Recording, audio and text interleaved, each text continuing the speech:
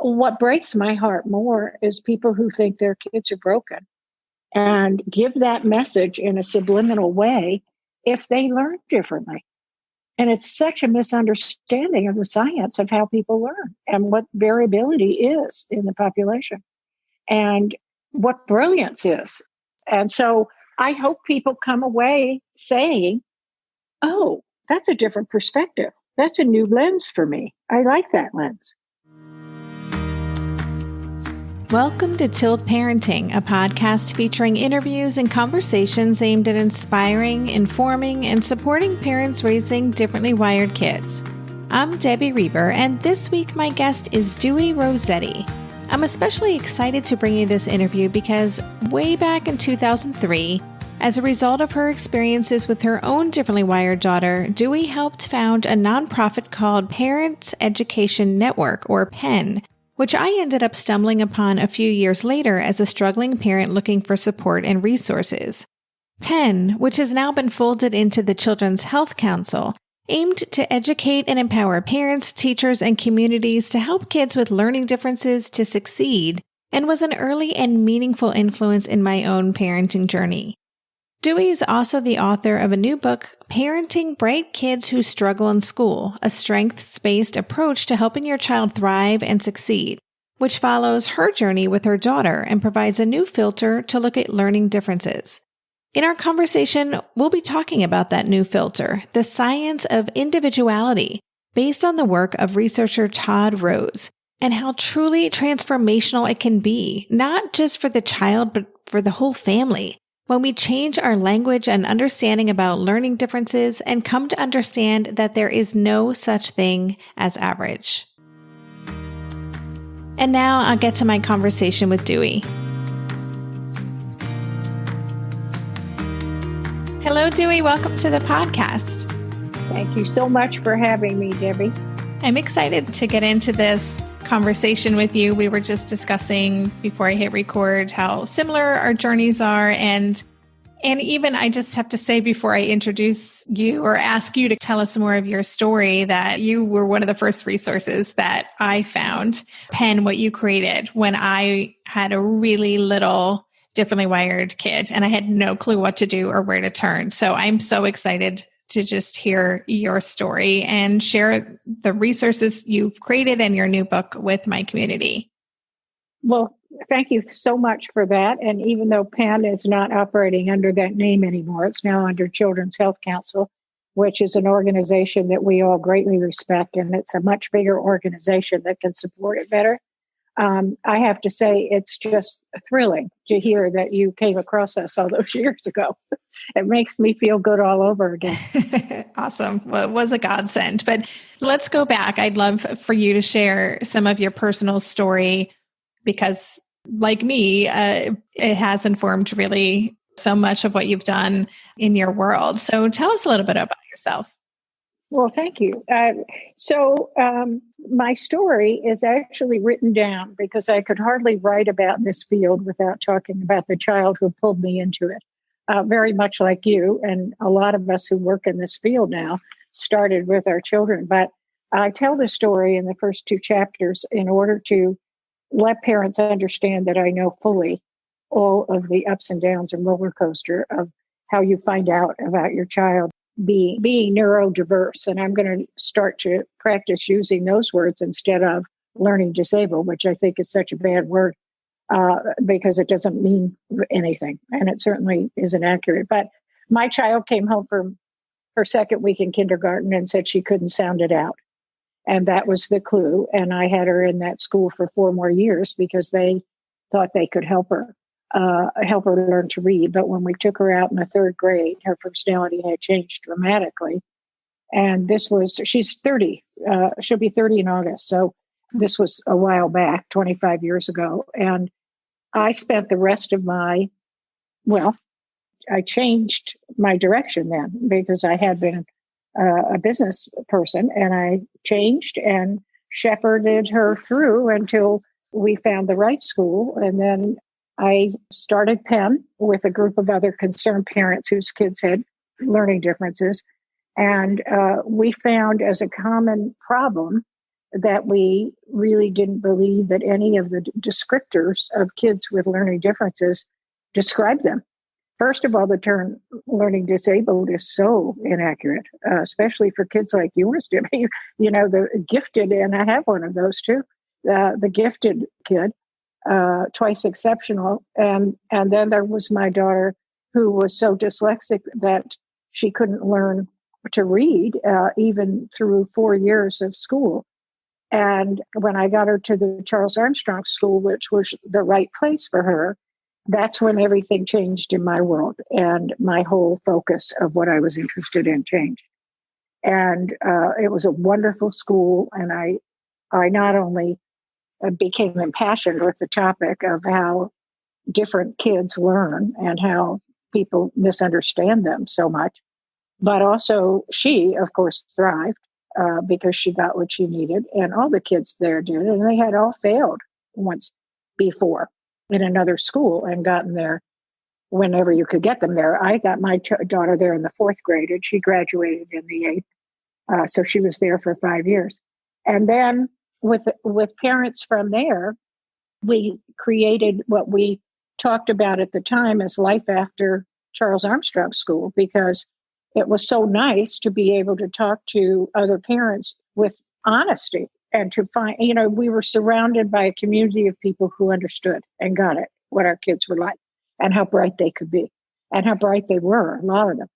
And we were constantly getting good science information in order to explain our kids, and they came out understanding who they were. So we created PEN, and that was in 2002. And it went on until 2016, when it became part of the Children's Health Council.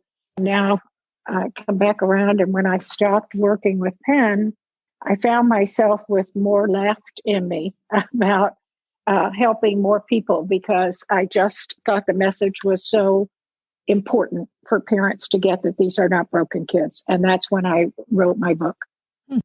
Well, I shouldn't say that is when. My book was in the works for a long time. Right. It takes forever. Right? I had no idea how long it took to write a book or what it took. But it just came out in May, and it's called Parenting Bright Kids Who Struggle in School. And that's my story. That's awesome. Yeah, I just love, I get to talk to people like you on this podcast a lot, people who created what they needed, and then it just changes the trajectory of their life in the best possible way. And so PEN stood for Parent Education Network. Is that correct? Yes. Yeah. Exactly. And I think, like I said, I think Ash was probably like 3 or something. And I was just scouring the internet, and I stumbled upon, which it was a listserv. And I just started reading, and it wasn't exclusively for parents of kids who were differently wired. Is that right? Well, it was when we first started, because we were in the business of helping our own kids and then expanded it.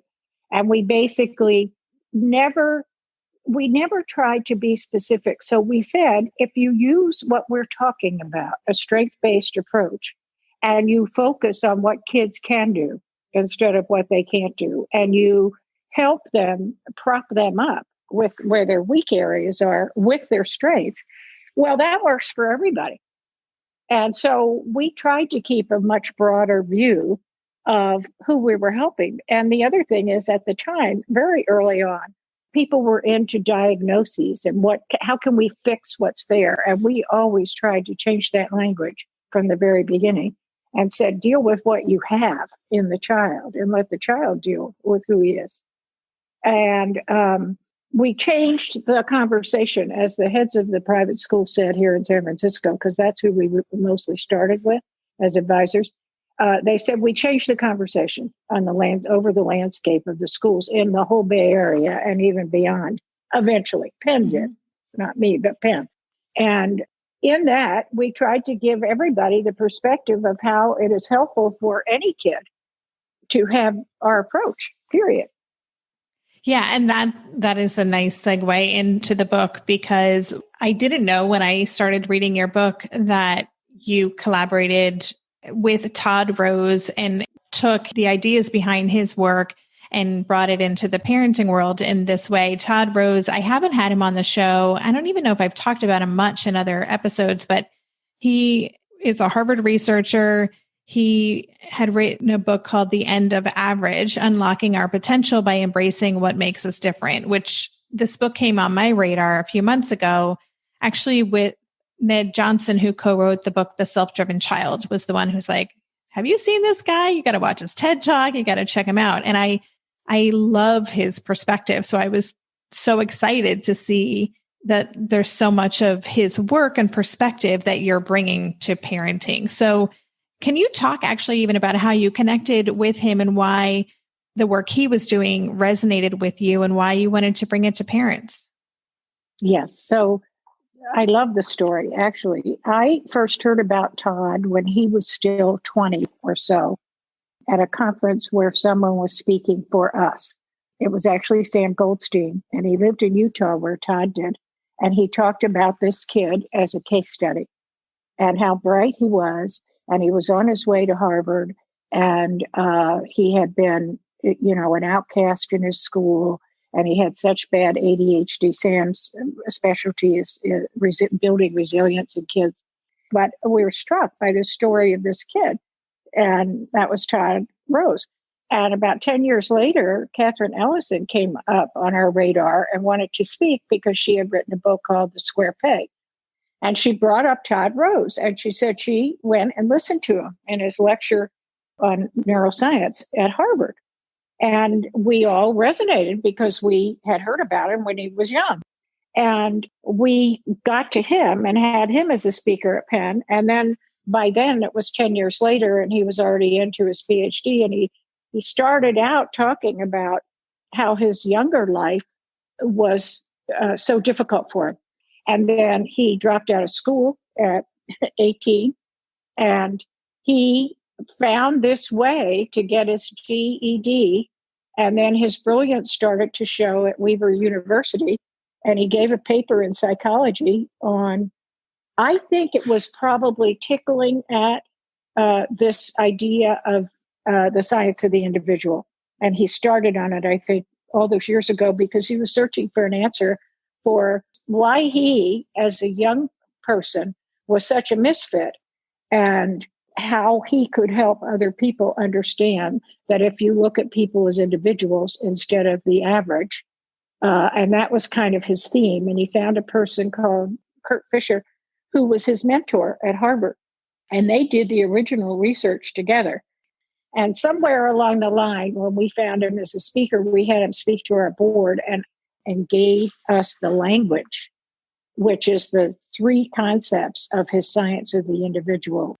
Because what he told us, which I so believed and was so happy that an intellectual had put a name to it, or an academic, and then he was working on his research to prove that there is no such thing as average, and individualized education or personalized education was the only way to go.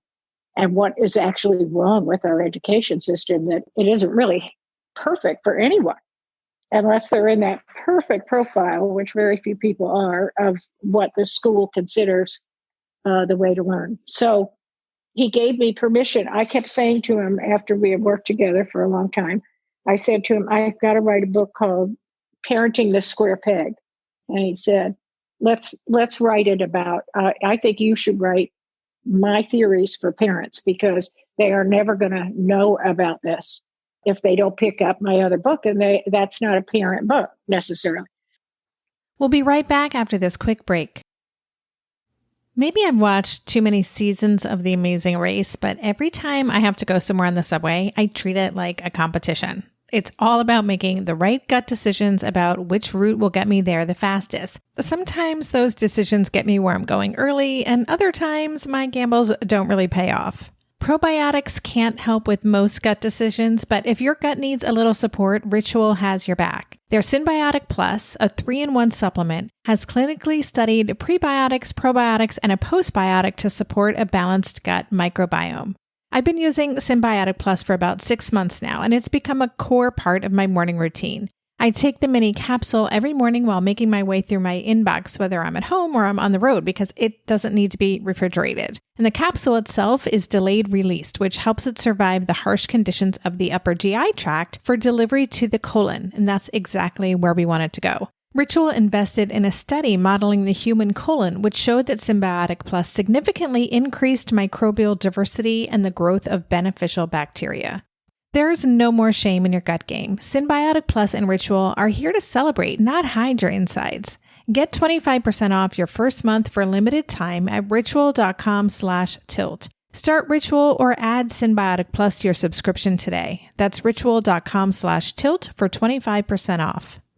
During this month of planning and organization for big transitions, rhythms and routines have been absolutely essential for our physical and emotional well-being. So Green Chef nights are reliably and predictably a good night. We know the ingredients will be fresh and prepped, the instructions easy to follow, and the meal delicious. We're all still talking about last week's turkey tacos with mango chimichurri sauce, refried beans, and Monterey Jack cheese. Green Chef contributes to a healthy lifestyle with easy and delicious menus like fresh seasonal salads and grain bowls. And with over 80 weekly meal and market options, plus rotating options to suit a variety of lifestyles, whether Mediterranean, plant-based, calorie-smart, keto, protein-packed, gluten-free, there are always plenty of options to choose from.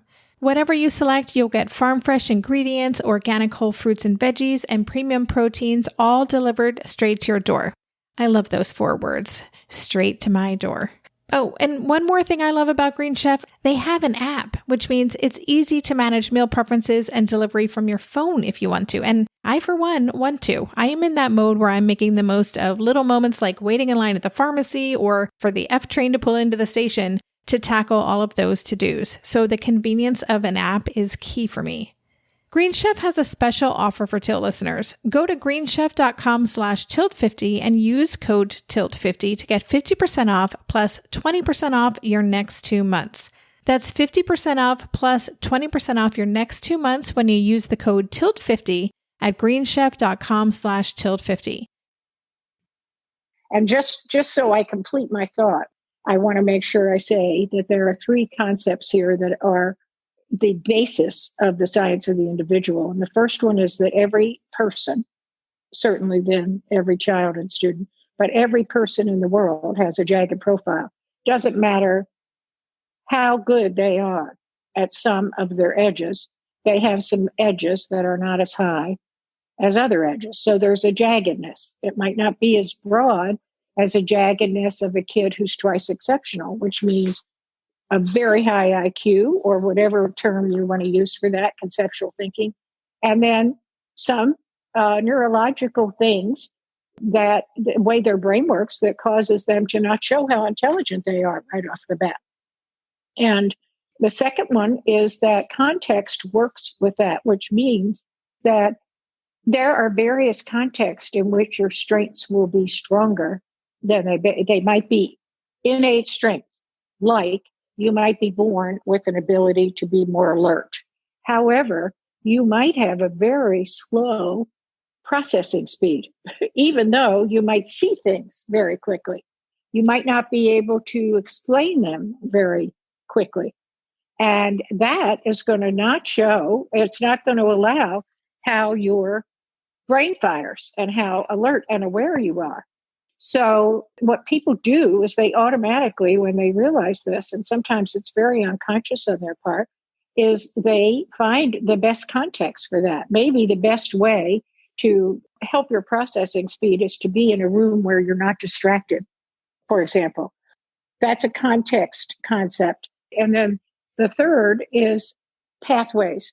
And there's always more than one pathway to a conclusion or to a solution or to a successful way of doing something. So those are the 3 principles. And once you get them and understand them and start to apply them to your child, it makes you can't go back to this old way of thinking that, there's 22.3% of people are different. And he's broken this down so that we have ways of looking at everybody's profile. And what you find is just by definition, everyone has strengths. And you don't you don't compare them to other people. You compare them to themselves. What are they good at? And where are their lower talents so that you can use their strengths to prop up their talents. So I think he's just done so much for the field. Yeah, I agree. And I'm sure, listeners of this show are in full agreement too. I mean, we're very much on the same page here. And I really love that concept of pathways and the way you talk about that. I'm always saying there's no one way this parenting needs to look, and it's just so freeing, right? But it takes some deprogramming on our part to really just question that. Well, it's the mindset piece. Mm-hmm. In my book, I talk about Carol Dweck and the mindset. And that's because a lot of us are programmed and he explains this a lot, Todd, in his work now, that we're all programmed to believe this other thing, that the only way to look at your success is to look at yourself as compared to other people, an average, and where you are in the average of anything you're looking at. And so parents just buy into, and I was one of them, and maybe you were too, that if your child, as soon as you hear the word dyslexic, you think, people think it's a death sentence in terms of career. And that's why mindset is so important, that the parental mindset is one of a growth mindset, which is what you have is just talent to be practiced and built on and used. It is not the end, it's the beginning of where your success is going to start. Yeah, I think about growth mindset, and that was something I always was trying to explain to Asher when we were homeschooling. We had a chart, we had the chart of what a growth mindset looks like up on the wall. But it's just such a good reminder that this actually needs to apply to us too, as parents. Like, we need to embrace this growth mindset too. It's not just something our kids need to work on. I almost think it needs to start there. And I also think it needs to start with teachers, because so many teachers, especially in the private schools, used to think, I think it's getting better, but used to think that if the kid had an LD, and a lot of parents think that, a learning difference, that they were going to drag the class down. That's just ridiculous. Mm-hmm. Yeah. And there's so much research too about expectations or ideas about who gets to be gifted and who isn't, and what that looks like. So yeah, absolutely. Right. And you can have a kid who has a different profile or a different social profile, and you might not look for the brilliance, which is often there. I'd love to spend just a minute talking about language. You use the term that Todd uses as well, variability. And we know there's still so much messy language around learning differences. This is something, I use the term differently wired. I get asked all the time, why do I use that? Am I against labels? I know there are still many organizations out there who very publicly and visibly use labels that pathologize or language that pathologizes. And I just would love to know a little bit more about where do you stand on labels? What work do you think we need to do to shift things? Well, my book, I think, is kind of my statement of where we need to start to shift things, because I think the language, the pathology of the language, and it is not going away yet.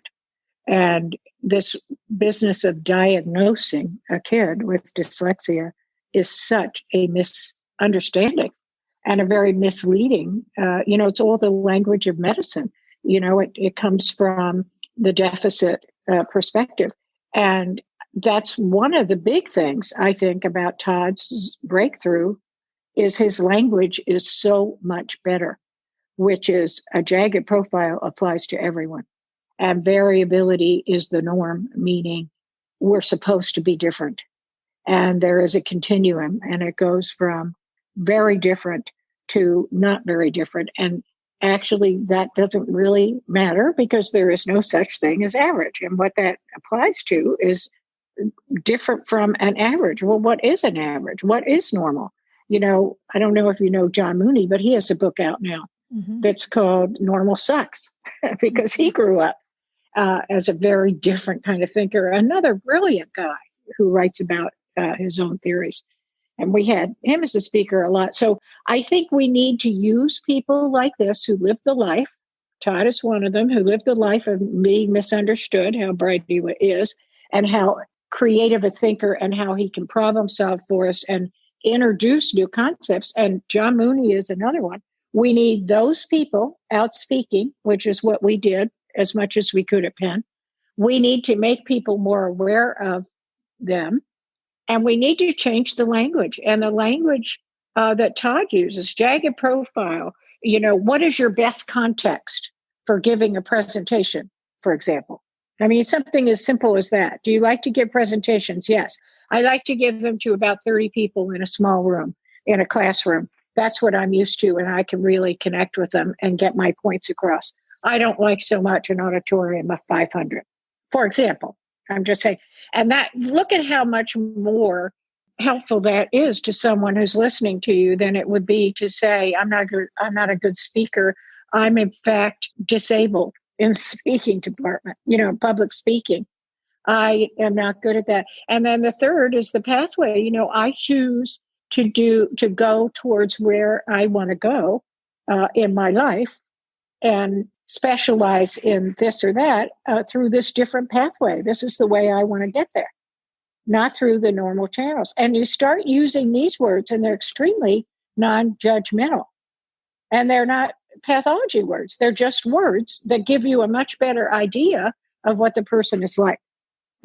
So good. So good.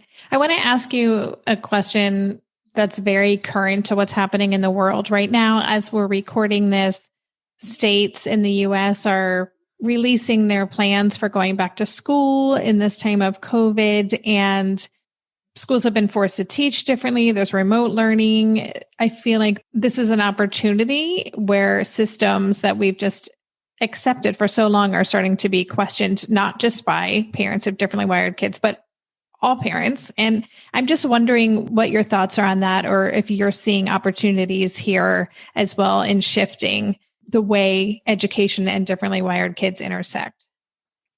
We'll be right back after this quick break.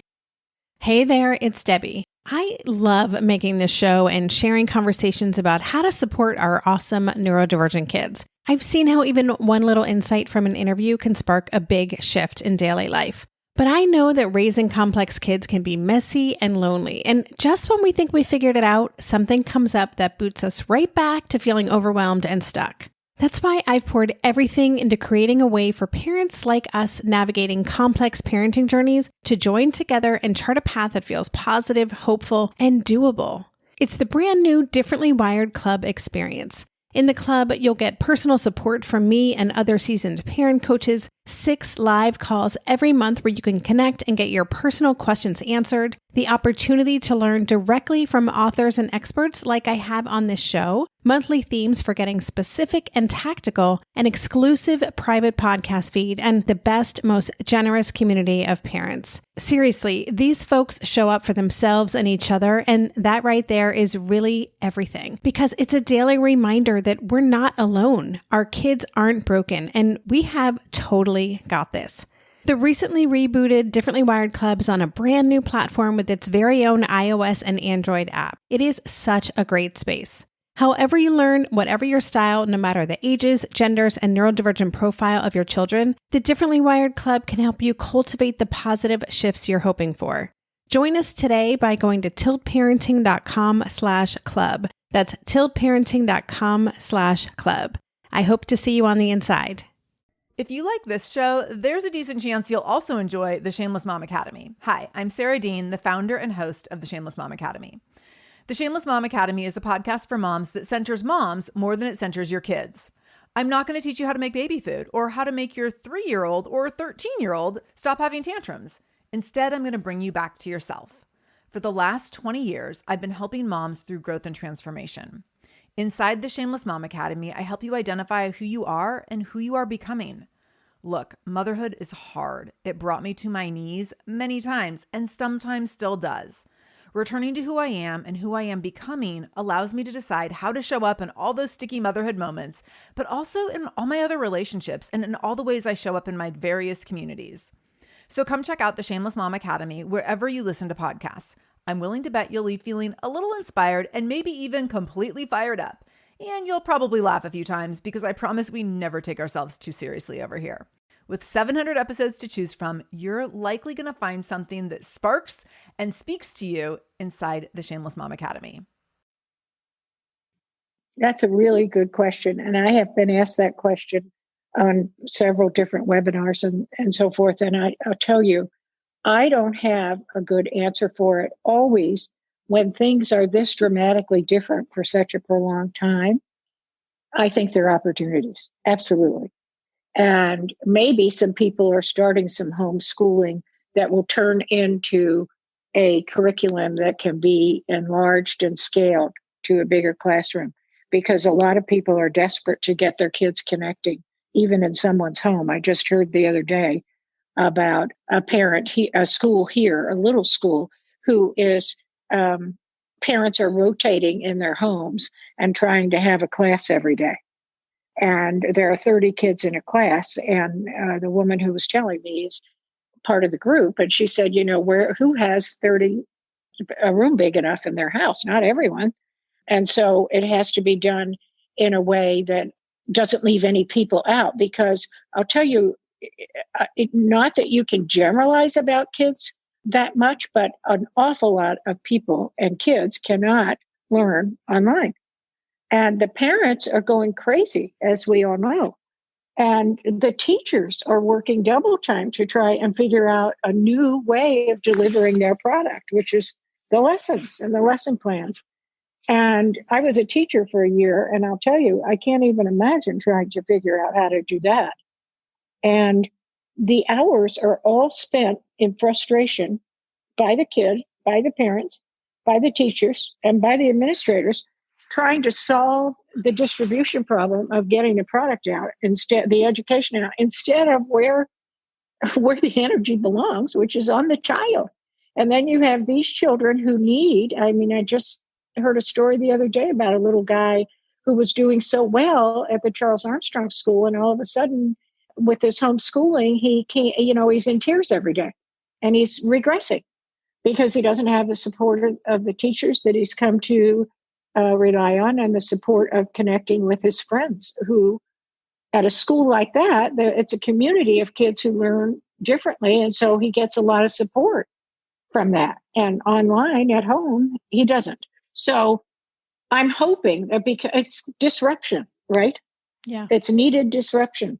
And maybe it'll be productive in the end. I could only hope that some good forms and more acceptance of personalized education and ways of doing personalized education will come out of it. But I can't, I'm not in a position to have those ideas at the moment. First of all, I'm not talking like I used to when I was part of Penn. I used to talk to school administrators all the time and teachers. Well, I don't even know what their issues are now, because they don't have a minute to talk to anyone. You can't get anybody on the phone because they're too busy trying to do what I was just talking about. So it's a moment of disruption. It's big disruption. And maybe, as often happens, something good will come out of that, and personalized education somebody will come up with how to do it on a bigger scale. Yeah, I was on a call yesterday with some people in my community, and we were just saying we need a leader to emerge to kind of show us what this new education landscape could look like, because I agree there is a lot of opportunity right now, but we need a vision. Well, I think a leader will. I mean, in our field, leaders do emerge, and it has to be somebody who, well, I'm just thinking, what about Saul Khan? When I say that in that way, what I mean is I think of him all the time as having such an innovative idea of how to present ideas online. And he's been so successful, and a lot of people love what he does. Mm-hmm. I mean, is he the type of thinker who needs to lead the disruption?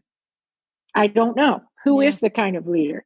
I think Todd is working on it, probably quietly. I haven't talked to him a while to figure out what his particular projects are now, but I know he gets funded by various thought leaders who are trying to make change out of disruption.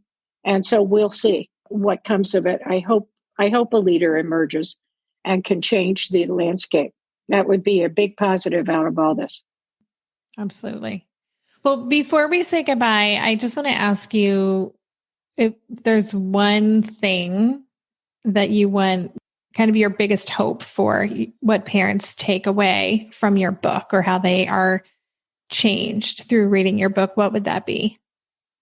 It really is about attitude, my book.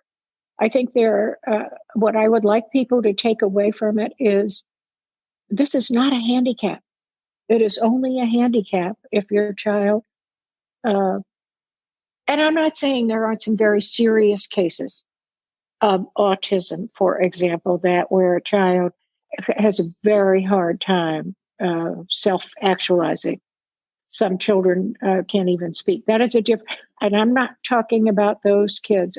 My heart is with every parent, but that gives me a lot more room. As you said earlier, it gives you a lot of freedom as a parent to say, I don't have to follow what all these other parents are doing.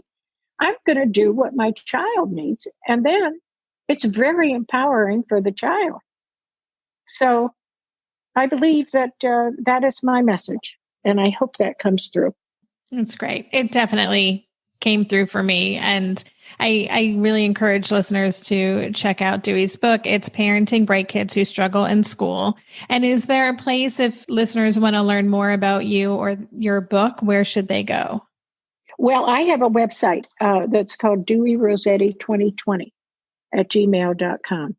And then there's a bio on Amazon. Perfect.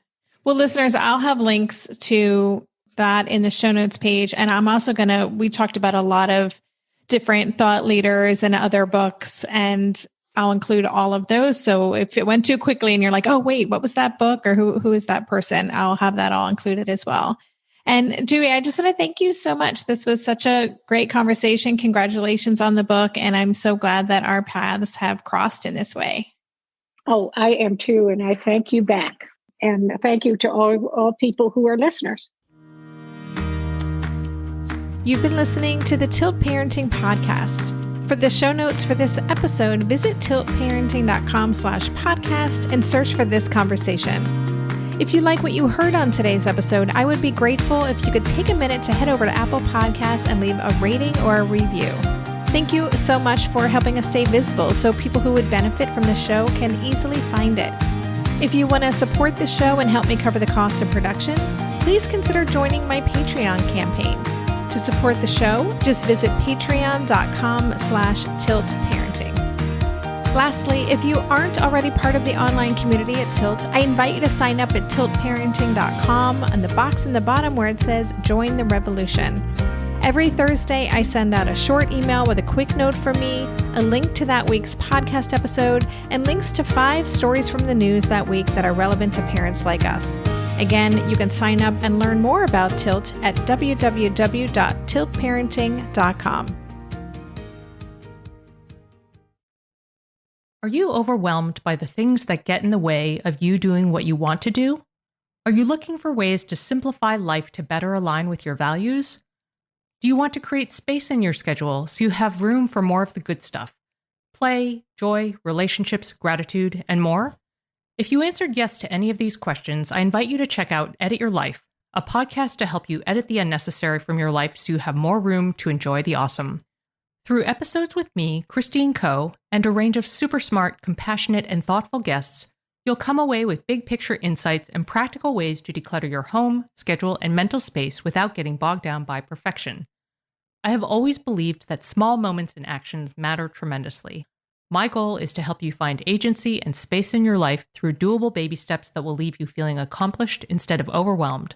Check out Edit Your Life wherever you enjoy your podcasts.